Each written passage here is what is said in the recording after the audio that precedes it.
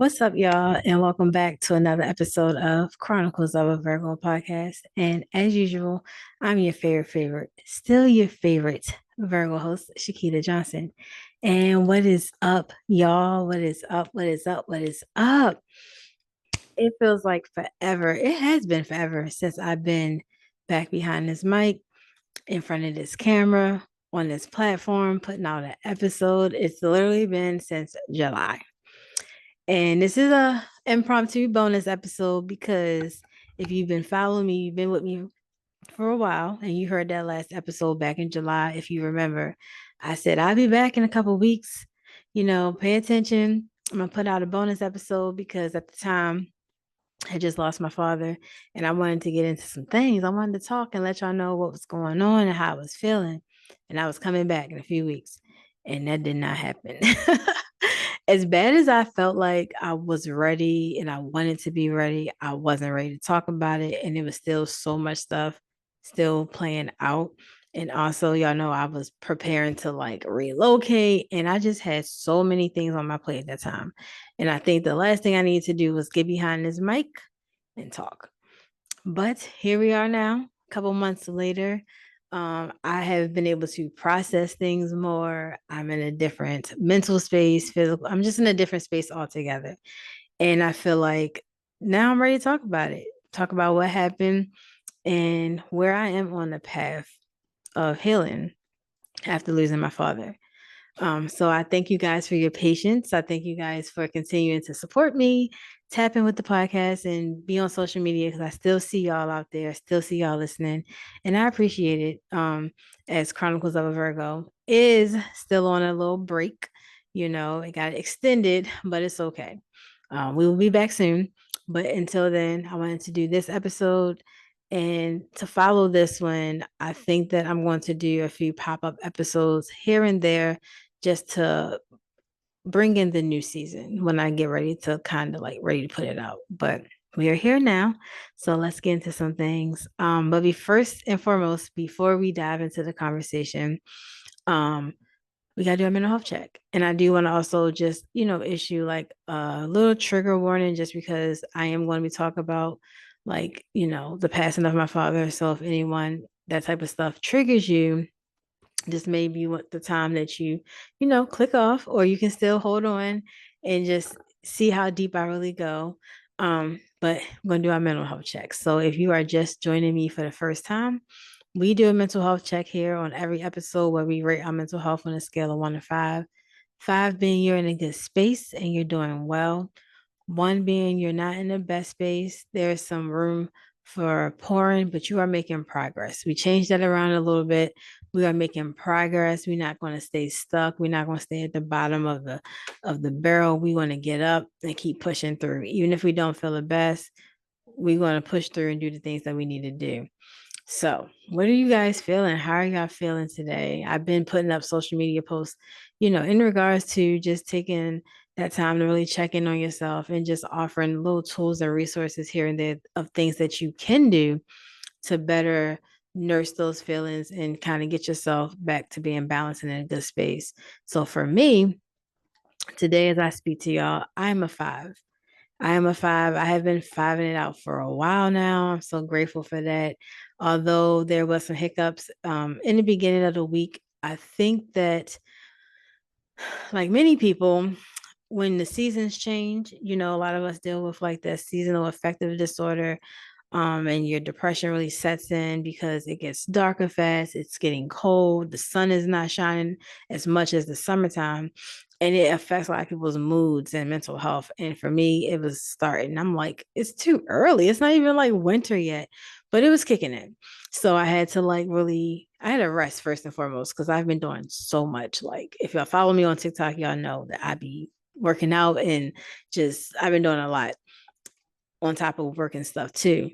But needless to say, I just gave myself permission to rest and assure myself that it's okay to take a break. I feel like we need that like one-on-one talk with ourselves sometime because we feel like if we take a break, we're not being productive. It means we failed, and it doesn't mean that. But really take the time to sit with yourself, to do your daily check-ins, to see how you're feeling, even if it's in the shower. That's your personal time with yourself, and you can really see how you're feeling and do some deep breathing and visualization and some meditation while you're in the shower, if that's the only place that you get that peace and that privacy. Because I know parents, the kids be at you. So yeah, but the purpose of me starting a mental health check was to make sure that I was holding myself accountable for checking in, but also to hold my guests and listeners and other people that come across my episodes accountable to really make sure that you're doing okay, especially if you're a person that fulfills many roles, responsibilities, and people depend on you. A lot of us are the glues to our families, our jobs, companies, but we can't be the glue if we don't take care of ourselves and have focus on our wellness and our health and what our needs are. You know, the world is very chaotic right now. Okay, hashtag go vote.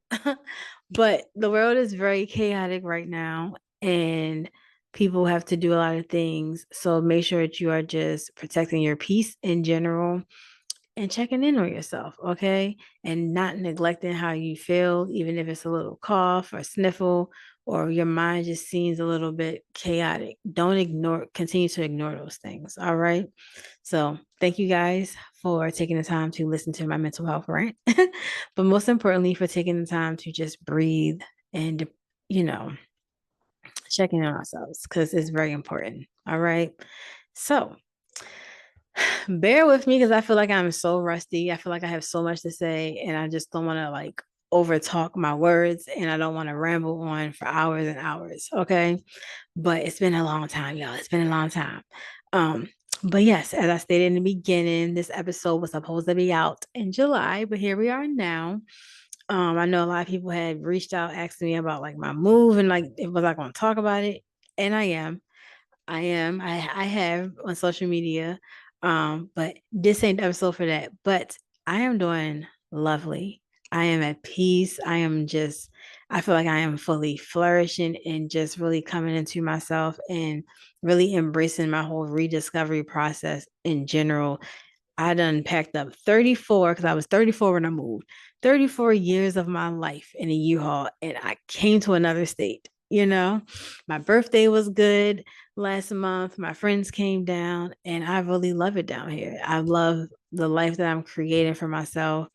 And I just look forward to continue to just create more lovely memories and yeah, see what North Carolina is all about. So I'll get into that, like I said, maybe another episode. But we are here because if you remember or you heard the last episode back in July, I mentioned that my father had just passed away. And I wanted to do an episode to just give you guys a general outlook on the things that had transpired during that time, but also to see how I was feeling. And it was too early. My father passed away in May, and here it is, July. I'm like, hey, I'm coming back to do this episode, and I'm going to tell y'all all the stuff. Glad it didn't happen. Glad it didn't happen. But here we are now to talk about some things. Okay. So, to give you guys a general synopsis of my father and our relationship and who he was, because I never really got in depth about him on the podcast. I didn't post my father on social media until he passed away. And the reason I did that was because I needed to protect him. And I didn't want to like post him in an embarrassing state of being. Okay. My father had a severe mental health struggle, but he also had a more severe substance abuse struggle. Like really, really, really bad. And he also had a very, very, very violent history.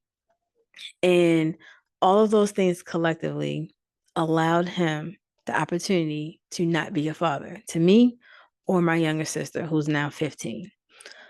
We knew who he was. He was around when he was around, but he wasn't around. So there's a difference in being fully physically present with a person and being present and mentally not there. And I feel like during those times, he just wasn't mentally there. I didn't meet my father until I was in my early 20s, around the same time I met my grandfather, because that's how I met my dad. And the first few conversations we had was, of course, just like, who are you? Like getting to know this man and he's getting to know me. And then I'm just like laying it out on him about you wasn't there. Why wasn't you there? Why didn't you do this? Why didn't you fight? Why didn't just a whole bunch of things? I feel like my inner child was just really coming through in all those conversations. And he took it on the chin. He took everything I said on the chin, even the anger, the frustration. He took it on the chin. He apologized so many times. And I think we all know that the best form of apology is what? Change behavior. But I also had the conscious understanding to know that the struggles that he was dealing with was going to be very hard for him to change those things, meaning stop doing drugs, go to therapy, get in rehab, and actually be actively in rehab and then carry out those things. Outside of that, I knew it was going to be hard. Being a person that has worked in mental health and have had a lot of substance abuse patients in my career, I knew what odds we were up against. And I still went in very resourceful, you know, created a freaking plan with my grandfather to try to get him here, here, here. He needs this. Talk to this person. Let's do this. I got this lead that we can do all these things. But I think that just as well as anyone that's listening knows, if you know someone or you're dealing with someone that has a substance issue, you can schedule the appointment, take them to the consultation. You can drop them off at the door. You can put them over your shoulder and put them at the person's desk. That doesn't mean that they're going to be attentive, and it doesn't mean that they're going to participate, and it doesn't mean that they're going to be honest about anything, you know? And I did get my feelings hurt a couple times because I just wanted him to do better. Like I wanted to prove everybody wrong that had something bad to say about him, you know, despite whatever his situation may have been with my mom and my family. This is me and you now, like leaving the past where it's at and just moving forward, you know? And he had been in and out of like rehab and in and out of treatment and different things, but because of his lifestyle and the things he did, he also was in and out of jail, you know. So I was always wondering like, is he even still alive? But I knew he was still alive because like my grandfather, I got updates all the time, or my phone would ring because he would always call me or text me from a new number most times. But he was, you know, communicating the best way he knew how, or someone was calling me saying he's asking for you, he's looking for you, whatever the case may be. But unfortunately, like because of the lifestyle that he was in, I had to withhold certain, you know, certain information from him just for my own safety and protection as well.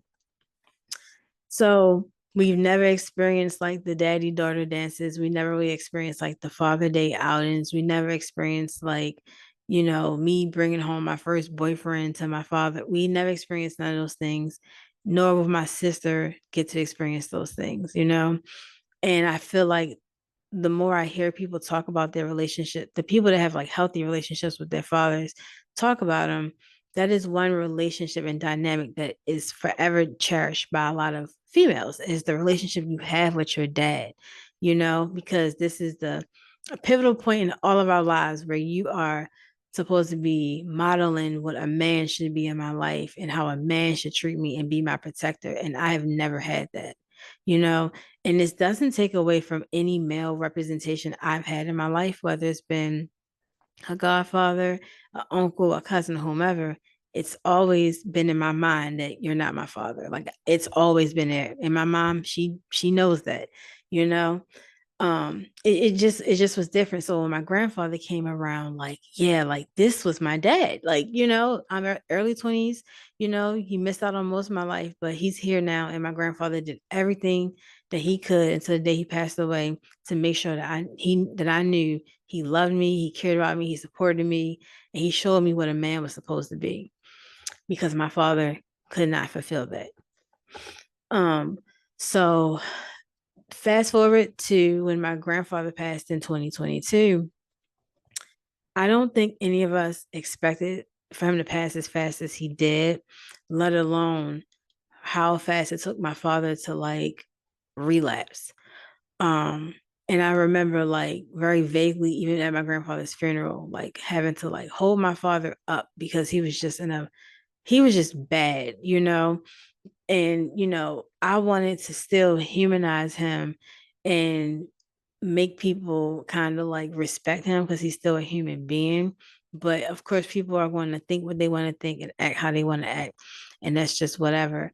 And a lot of people cannot let go of the past, and they will always know you for what you used to be, no matter how much you try to change and, how hard you try to change, how much work you put in yourself. Some people will just never get to that point.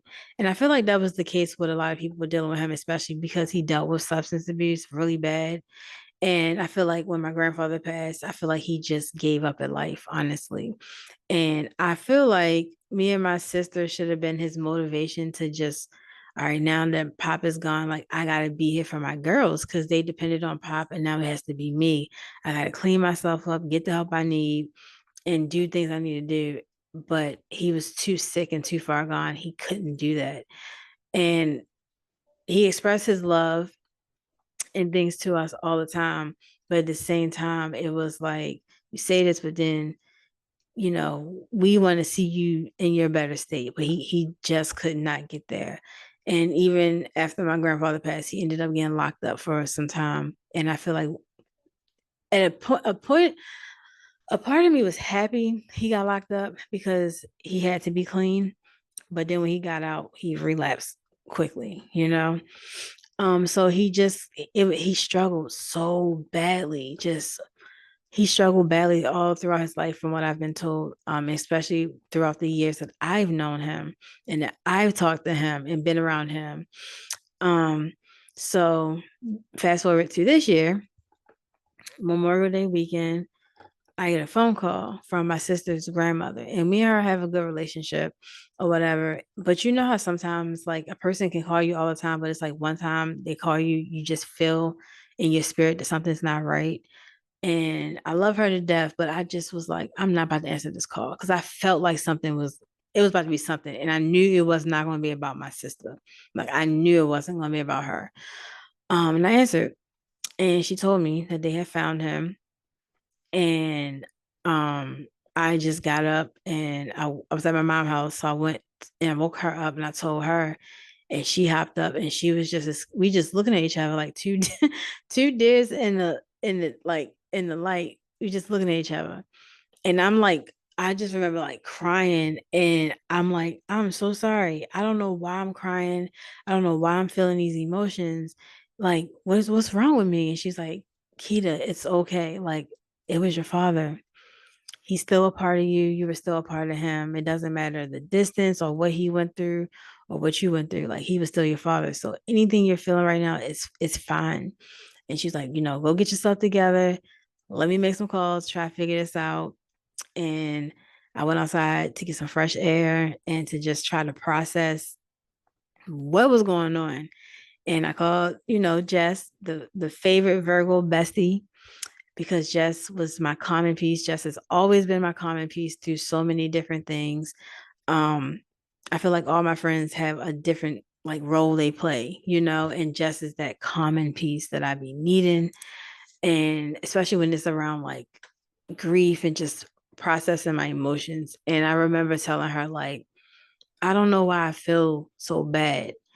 And I was like, I just try to help. And I remember saying that. And it's funny because a couple of weeks prior, I was having a conversation with someone, and I said, it really sucks because if my father was to ever like get hurt or something happened, God forbid he pass away, I feel like it would take forever for the news to get to me, because sometimes I don't even know where he is unless he randomly calls or someone reaches out.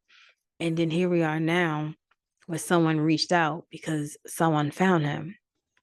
And that just crushed me so bad to know that he passed how he passed, because the way he passed was just very devastating. It was very hard. And I don't feel like no one deserves to pass that way. No one deserves to be found in that type of state. It just sucked. It sucked really bad. And I spent the next couple of days just really trying to process everything. And also, because I am the oldest, my father's side of the family is not, from what I have seen and heard, is not very big. I don't know a lot of those people, like the distant cousins and aunts and all them. Don't really care to know a lot of them. No offense. I know some of my grandfather's side though, and my grandfather also has other children.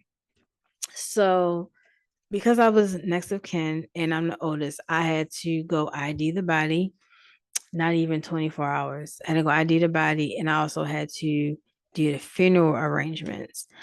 And again, shout out to Jess because Jess was with me throughout that whole process. I had never done any of this at all.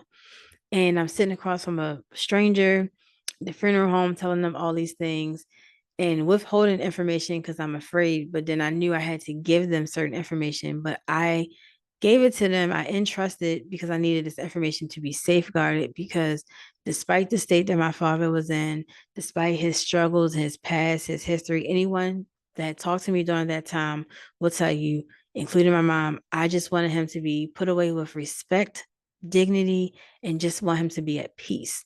I feel like he at least deserves some type of peace in his life, even if he's not here to like really rummage in it, right? And I asked for certain things, and I was told that, certain things will play out, certain things will happen, certain things wouldn't happen. And I'll just tell y'all this, everything that I entrusted in this individual, they did the complete opposite. They did the complete opposite and just broke my trust and broke every promise that we had discussed. They broke it enough for me not to file legal matters, if that makes sense. Um, and then I had to ID the body. And I went into that room and I was like, even with seeing that box, I'm like, I know it's real. But please, God, when I look in this box, please, I hate the fact that that's anybody in there, but please don't let my father be in that box. Like, I don't know who it has to be. I don't want to be nobody, but just don't let it be him. And we just have to go find and figure out where he is. And when they opened the box and I seen it, I lost it. It just made things very real because even though my father wasn't active in my life for a very long time, I always knew that he was there. He was alive. And I always had some sense of hope that he would get himself together and we could build some type of deeper relationship and he could be a father for me and my sister. And I'm like, he's gone. Like, I only have one parent now. Like, even though she's been carrying the weight of two parents, for me and my other sister, I feel like my father's gone. And I really dealt with that mental dialogue for so many days at a time, just the fact of coming to realization that I'm down one parent. And I know I talk to a lot of people that may not have a parent or just have lost someone super close to them that may have raised them, and they understand, and help me process what I was feeling. But I promise you, it didn't matter what nobody said to me. It just didn't, nothing made sense, especially the emotions that I'm feeling. Why am I so emotional and going through this when I didn't like see this person like every single day? I talk to them all the time, but I know that was my father, and I know that I tried. And sometimes I was like, "Damn, God, is there something I could have did better, or I should have did more?" Because I work in this environment that I could give you the help and get you the help, but I also do understand that the person has to really, really want it bad for themselves. And after, going through that whole part of everything, there was like a lag period where we had the ceremony, and I ended up going away for a couple of days, and I really needed that time away because life has just been so heavy on me, planning the funeral with strangers, um, planning the funeral with strangers that really like left me on the outskirts of things, until they really needed me. And then my phone number got plastered on social media. So there's people like constantly reaching out to me, texting me, and asking questions. And, you know, something that I had thought about, and I thought about way more when my father passed, is just like the grief etiquette is like a thing. And many people do not have it. And I feel like if you wouldn't want someone to say things to you during your time when you're mourning, or do things to you during the time of mourning, why turn around and do it to someone else? And because I knew that I had become, further in my like healing journey after losing my grandparents, even now when I would talk to people that were grieving and going through the loss of loved ones, I will always upfront and say, like, I may not have the right words to say sometimes. it may not be needed for me to say anything, so I'm gonna just listen. But I'm never gonna offer some type of like words of, what I think is words of advice, and it's something that may make things worse, And in saying that, because I don't know who this lovely episode will come across, everybody has a story, everybody has a past. And sometimes you are the villain in someone else's story. And sometimes the things that you think that you were doing or saying may have been helpful because it was helpful to you doesn't necessarily mean it was helpful to someone else. You know what I'm saying? So again, if it's something that you wouldn't want done or said to you, don't turn around and do it to somebody else. And me, in the midst of grief and just hurt, I can't process my thoughts and my words properly. So there were a lot of times I didn't say anything. But when everything was all, said and done and over, I was like, oh no, I'm coming after you. Because people was just like really playing in my face. And I just feel like to to to distrust, like to mistreat someone during one of their most vulnerable times is like one of the most trifling and malicious things you can do, you know? And I had so much support, family, friends, people from the podcast community just reaching out every single day. But my mama, and I know I said this in my last episode, my mama stood 10 toes down with me in the battlefield. Okay. And the reason why, a lot of you might be thinking, well, she's supposed to, she's your mom. Yes, which is true. But the reason why I was so surprised, because again, my father had a very, very violent past that my mom unfortunately was a part of, right? So I'm thinking like I can't really express to her how I'm feeling and stuff like that because maybe I make her mad or whatever. No, she actually helped me process all this. Like I have established a new level of respect and understanding for her as an individual and how she has moved and maneuvered in life with me, just based upon her helping me cope through the passing of my father, who they did not have the best relationship. They married young and they went through hell and high waters and some horrible things. But now she's in a space where she's had her closure. So she's never bashed him to me about what he didn't do, what he did, or anything like some other people may do. She just really was there in support, you know? And like I said, I'm forever grateful for that because I feel like those were the conversations and times that really helped me get through that time. Um, and she was there with me at the funeral, like helping me through all of that stuff, just as well as like my other family. But it's nothing like a father's love and the dynamics with their daughter. It's nothing like a mom's love and the dynamics you can build with your mother. And I'm so grateful that she was there in her right mind to help me process and still get through it, because she still be having to hear my mouth. But the funeral happened and all of that stuff. And I'm not gonna hold you. Like I was so glad when it was over. I was glad that people really showed up and people have like great things to say about him because again, despite his history and stuff, I believe and I've seen that he tried to continue to be a good person. Um, people say good things about him. Of course, you meet all the distant family members that you've never met, and people say, I'll always be here. Give me a call, child. Let me say something. It was an episode last season on the podcast, and we were talking about grief. And my guest said something on the lines of, don't quote me, but it was on the lines of, when the casket closed during her experience when she lost her mom, she felt like people's mouths closed. And honestly, I felt that. Like after everything's all said and done, those same people that said they're going to be there, they'll call and check on you, they're one call away, whatever. Those people are ghosts. And that's okay. I promise you it's okay. But it's just the midst of like making all these promises and taking these roles on and then you don't fulfill them. Suppose I was a person or my younger sister was a person that was dependable on the support and really needed these people and governed support from them, and then they're gone.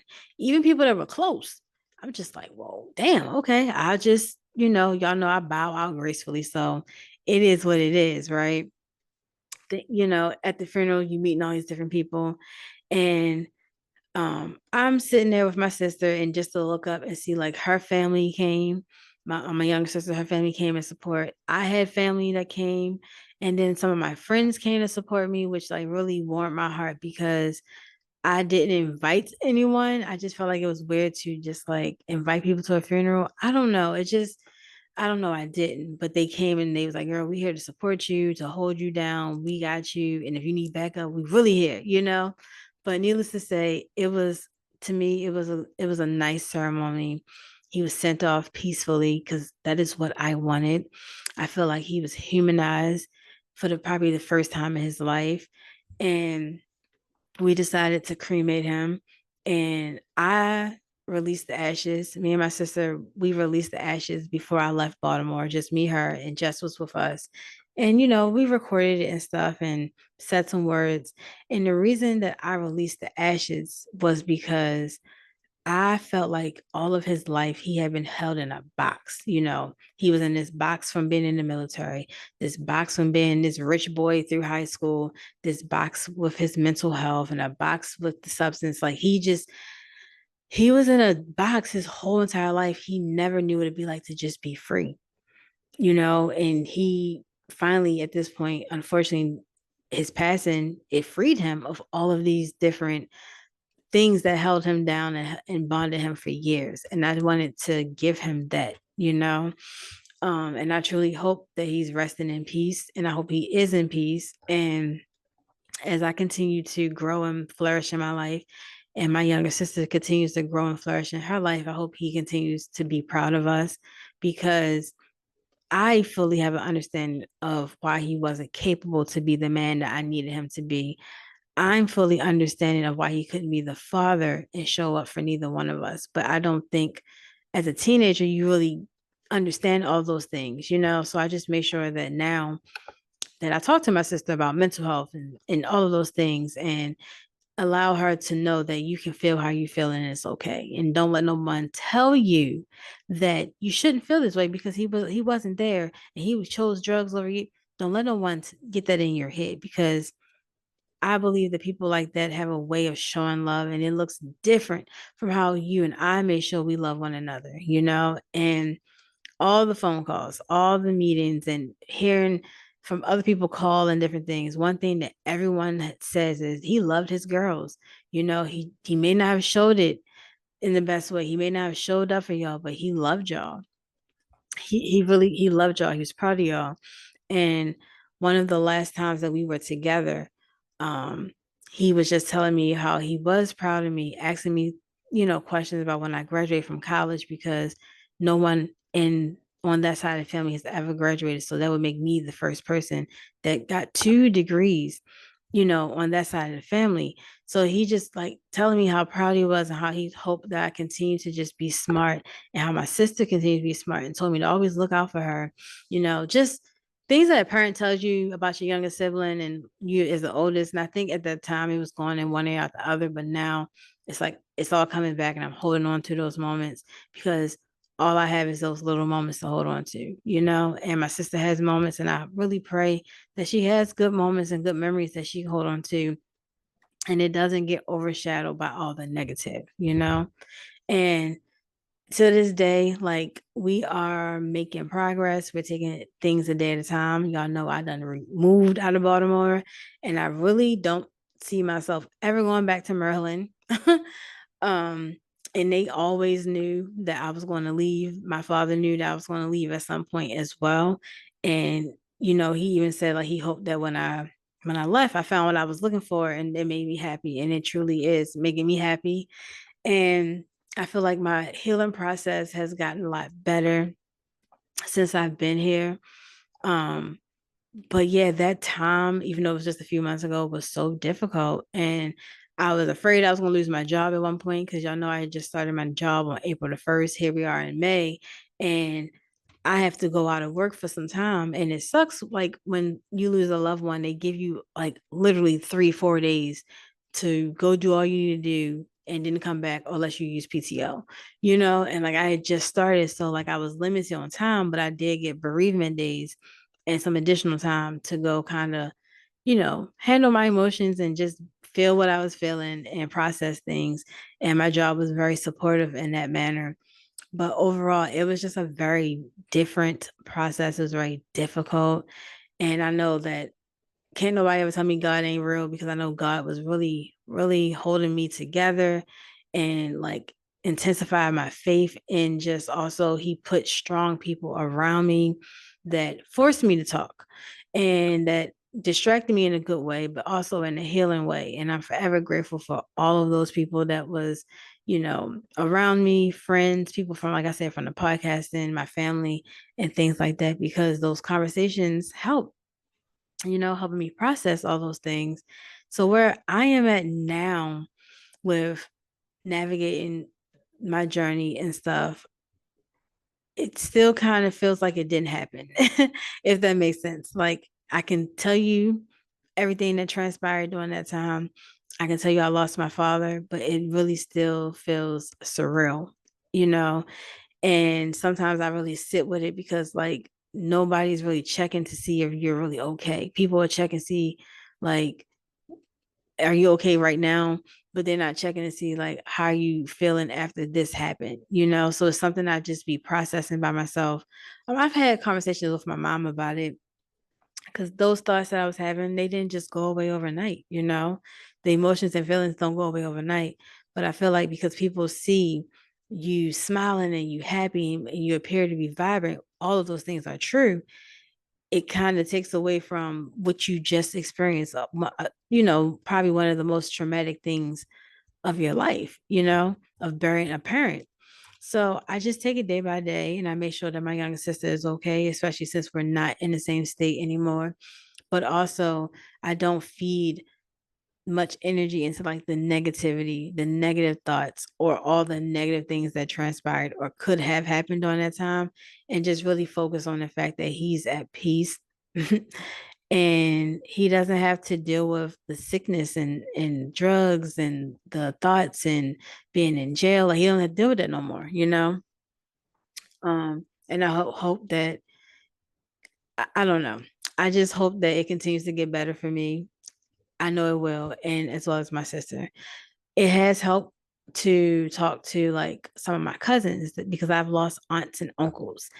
Talk to my cousins, because they're like, doing good in their life, and they have children, and some of them are married, and they don't have a parent, or they may not have either parent. And it's just like, how are you guys navigating life? Like, how have you been able to navigate life? What has been your center of motivation? What helps you when you have these thoughts and different things? Even some of my friends that I know have lost parents, you know, my mom and my aunts that have lost my grandmother. Like, what things help y'all? My mom is a very resourceful person to talk to, but at the same time, I hope that as much energy and resource that you're offering other people, you are really filling your own cup. Because sometimes it's so easy for us to pour it out and tell everybody what we're doing, but on the back end, we're not really feeling good. So I don't try to burden people in that way. And it really did help that before I left Baltimore, I was still actively in therapy, because y'all know I'm gonna tell y'all I'll go to therapy, because I'm in therapy. Well, not now, but I was in therapy. So my therapist was definitely doing her big one with me, and it really helped tremendously. And I feel like because I have the intention to move past everything, to move past my grief, to move past my trauma, I'm going to always continue to move forward. I will sit in my feelings.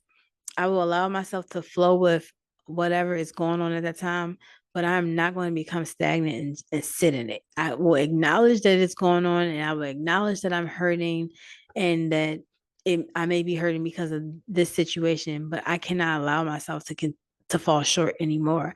I can't allow myself to get lost in my grief. And that's the example that I want to lead by when it comes to my sister. We can hurt, we can acknowledge our pain, we can feel our pain. It's okay. But we got to get up and keep going. And if we need additional help, it's okay to ask for help. And we don't got to be okay all the time. And that's what I continue to like instill in her, instill in myself. And it's just been a daily thing. And I am honestly in a good space right now. That whole process, that journey was not good at all. It was not good at all, but it is what it is. And I came out on top, and I can sit here and I can probably name drop a lot of different people. and I can name drop a lot of more specific things that took place in disrespectful situations. And I feel like if I would have recorded this back in July, that's what it probably would have really been. But I'm glad that I didn't. I'm not. You know who you are if you come across this. And that's just that, Um, and I'm just going to continue to grow. And I hope that even with me getting up here talking to y'all about everything that transpired during that time with me to see where I'm at now, maybe it helps motivate somebody somewhere in your life where you may be dealing with grief, depression, a hard time, just to sit in it, let things flow, but just know you got to get back up and you can get back up. And I'm not comparing my situation to the next person, right? Because I don't know. Someone's situation can be 10 times worse than mine. And that's okay. However, I do know and believe in the power of prayer, the power of faith. And because of the things that I have overcome, I know that other people can have resilience to overcome things as well, you know? So sometimes we can be our biggest critic. And I felt like during that time, for some reason, I was criticizing myself for so many different things and I was so lost and confused. But overall, I think that it was just abundant feeling of my emotion and my grief at the same time, and my mind playing tricks on me too. So now I'm in a space where, like, when those things happen, I just give myself grace. Like, I gave myself so much grace and love back then, and I still do it now because it will take you a long way. So if you're still listening to me talk, I appreciate you.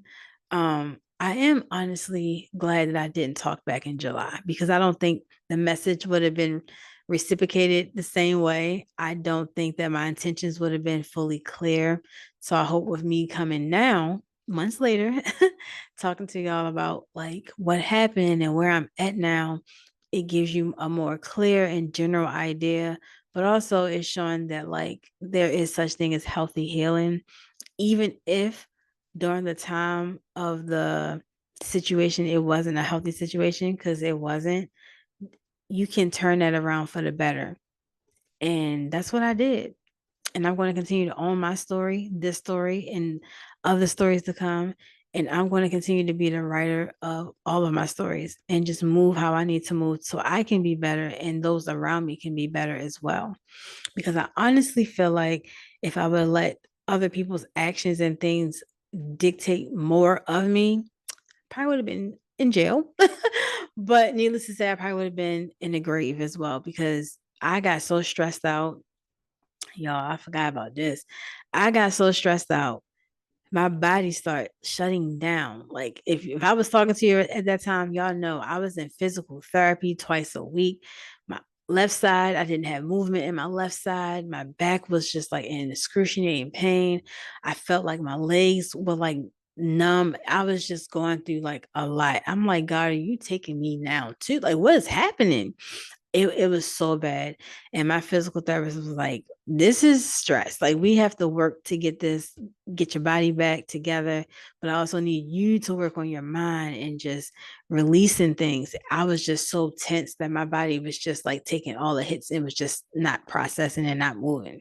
So it was a lot. It was such a lot, but I'm just grateful for the space that I'm in now. I'm grateful that I was able to process and move on. And I'm grateful that I had the support that I had.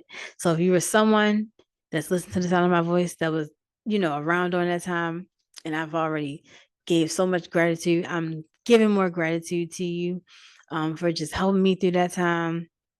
Even if you're someone that is listening and you ain't even checked in on me, but you was there then, thank you so much. I appreciate it. I appreciate it all. And I still love all of y'all because like I said, those moments was hard, but those conversations and those feelings will never go away. So thank you. But yes, y'all, that is my bonus episode. Thank you guys for joining me. Like I said, we are still on a little hiatus for Chronicles of a Virgo. I don't have an official date when the new season will start, but I am getting a little bit more active on social media. I lost interest in a lot of things. Social media, the podcast, like music, books, a lot of things I just like it got lost back then. And I'm trying to just embrace a lot of the things that I enjoyed at that time. It's like a whole rediscovery process all over again. Um, and sadly, the podcast was one of the things that got put on the back burner. But at the end of the day, I have to be better in myself before I go out here and try to be better for other people.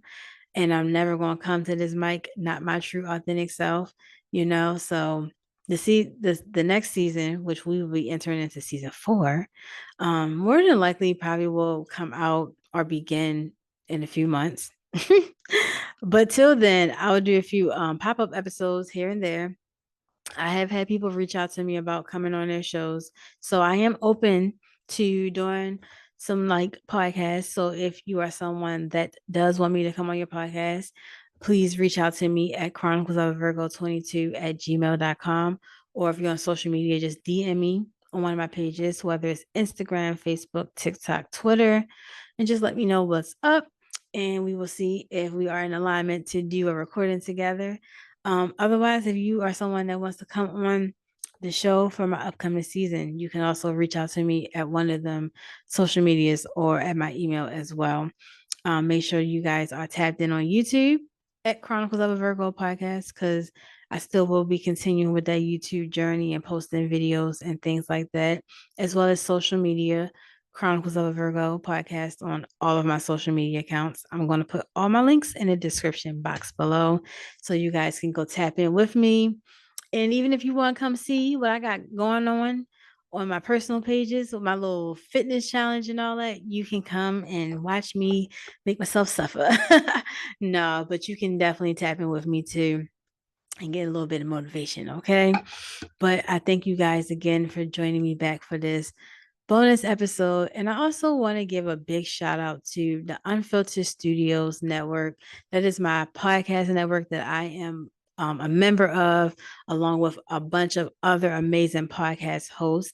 I will also put the link to that in the description. So if you're looking for a safe, inclusive environment to feature your show, please come join us. Otherwise, check out the link and see if there's another podcast that may be of interest to you. Because if you are like me and like to learn and just listen to new things, you will definitely find a show in there that sparks your interest. Or you may find a host that you may want to have on your show, because all of these people, from what I have heard and seen and met, are phenomenal, and they all have a lovely story and a great platform. So go check some of them out. But shout out to you guys and just everybody in the podcasting and creative space. Keep doing the amazing work. Like I said, I'm easing back into it, so I'm starting to like see things more. But from what I see, you guys are doing a great job. I'm listening to the shows again. You guys are phenomenal. So just keep up your momentum and just stay positive and keep your head on straight. Okay. But again, I love all of y'all. Continue to take care of yourselves. Continue to mind your do your mental health checks. I'll continue to post those motivational posts on social media, as well as my mental health checks as well. You can come sit in the corner with me and do some deep breathing and rate our mental health and talk about it. Okay. For those that have been participating, I appreciate you so much for leaving comments and just words of encouragement for someone else that may come along. And if you have any ideas for the podcast, for the platforms, whatever, please by all means do not hesitate to reach out. Okay. But I love y'all. Continue to take care of yourselves. But most importantly, continue to protect your peace and take care of each other. Peace out.